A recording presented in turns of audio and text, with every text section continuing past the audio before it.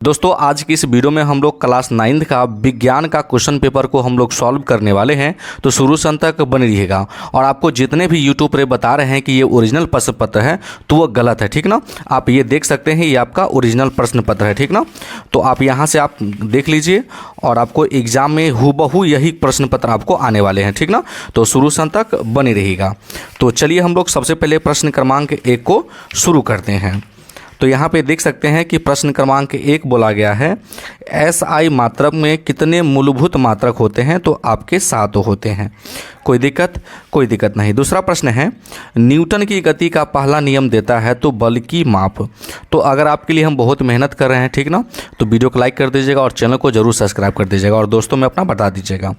1 metre square बराबर क्या होता है बाबू? तो इसमें से कोई नहीं होगा, ठीक ना। चौथा प्रश्न है, निम्नलिखित में कौन आधारी राशि नहीं है? तो आपका वेग हो जाएगा, बाकी सभी जो है बाबू आपके आधारी राशि है। अब चलिए हम लोग अगले प्रश्न को देखते हैं। अगला प्रश्न बोला गया है कि निम्नलिखित में कौन सदिश राशि है, ठीक ना। तो आपका सदिश राशि कौन हो जाएगा बाबू? आपका बल हो जाएगा।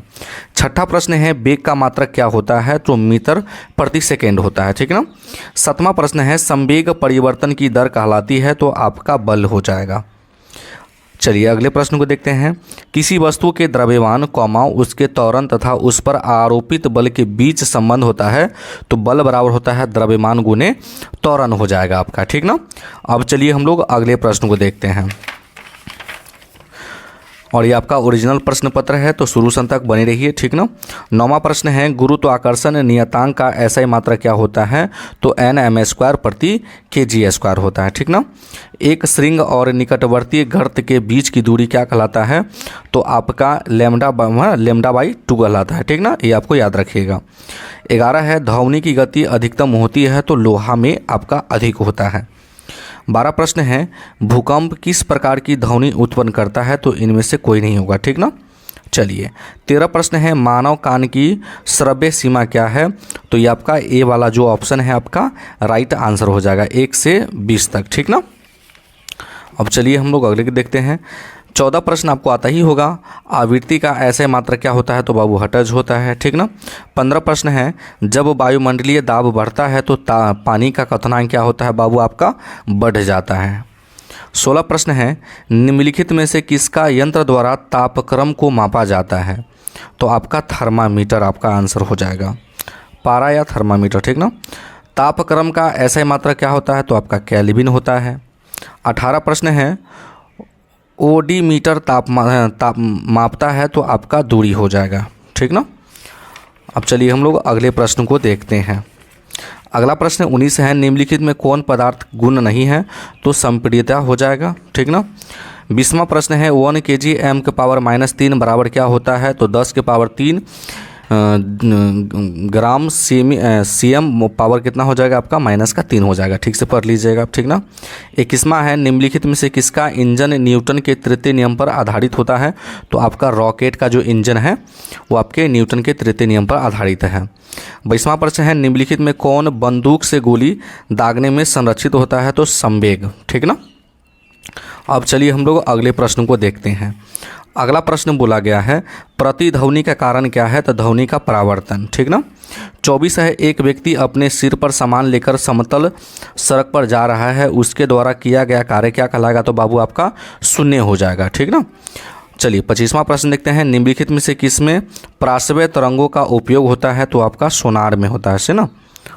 चलिए 26 प्रश्न है, निम्नलिखित में से कौन सी ऊर्जा कमानीदार घड़ी में संचित रहती है? तो स्थित ऊर्जा आपका होता है, ठीक ना। चलिए 27वां प्रश्न है, वाष्पन की क्रिया से क्या उत्पन्न होता है? तो आपका ठंडक उत्पन्न होता है। कोई दिक्कत नहीं। अब हम अगले प्रश्न को देखेंगे। अगला है 28वां प्रश्न, गैस का द्रव्य में परिवर्तन क्या कहलाएगा? तो आपका संघनन कहलाएगा, ठीक ना। 29 प्रश्न है, 100 डिग्री सेल्सियस तापमान का केल्विन में मान बदलने पर कितना होगा? तो 373.15 होगा, ठीक ना। चलिए 30वां प्रश्न है, पदार्थ के कणों को एक साथ बांध कर रखने वाला बल कहलाता है? अंतरा आणविक बल कहलाता है। 31 है, निम्नलिखित में कौन पदार्थ नहीं है? तो आपका ऊष्मा हो जाएगा, बाकी सभी आपके पदार्थ हैं, ठीक ना। चलिए अगला प्रश्न क्या है 32, कार्बन डाइऑक्साइड गैस को द्रवीभूत किया जा सकता है तो ताप घटाकर और ताप बढ़ाकर। आपका 33 प्रश्न आप अपना से थोड़ा सा देख लीजिएगा, हम छोड़ दिए हैं प्रश्न को। 34 हम देख लेते हैं। किसी गैस का सीधे ठोस रूप में परिवर्तन क्या कहलाता है, इनमें से कोई नहीं होगा, ठीक ना। 35 प्रश्न है, जल, पेट्रोल, एल्कोहल और ईथर के वाष्पन के वेग का सही क्रम क्या है। तो ईथर, पेट्रोल, एल्कोहल, जल, ये आपका हो जाएगा, ठीक ना। चलिए अब हम लोग अगले प्रश्न को देखते हैं। अगला प्रश्न है, एल्युमिनियम ऑक्साइड का सही सूत्र क्या हो जाएगा। तो Al2CO3 हो जाएगा, ठीक ना। 37 प्रश्न है, CO2 के कितने द्रव्यमाने 6.002 × 10⁻23 अणु होंगे। तो इसका आपका हो जाएगा 44 ग्राम, ठीक ना। 38 प्रश्न है, आयरन या लोहा का लैटिन नाम क्या है। तो फेरम है। 39 प्रश्न है, निम्नलिखित में कौन शुद्ध पदार्थ है। तो आपका सोल्डर हो जाएगा। 40 प्रश्न है, निलंबन में निलंबित कणों का आकार होता है। तो 10 के पावर -8 सेंटीमीटर होता है, ठीक ना। चलिए अब हम लोग अगले प्रश्न करेंगे। अगला प्रश्न है 41, निम्नलिखित में कौन बहुपरमाणु अणु है। तो आपका S8 हो जाएगा। 42 है, फास्फोरस की परमाणुकता होती है। तो आपका 4 हो जाएगा, जो कि आपको 80 प्रश्न में से 40 ही बनाना है, जो कि हम आपको 42 तक बना दिए हैं क्वेश्चन, ठीक ना। तो आई होप कि ये प्रश्न सब आपको समझ में आ गया होगा। तो अगर आप मेरे चैनल पे नए हैं तो वीडियो को लाइक कर दीजिएगा और चैनल को जरूर सब्सक्राइब कर दीजिएगा। वीडियो देखने के लिए बहुत बहुत धन्यवाद।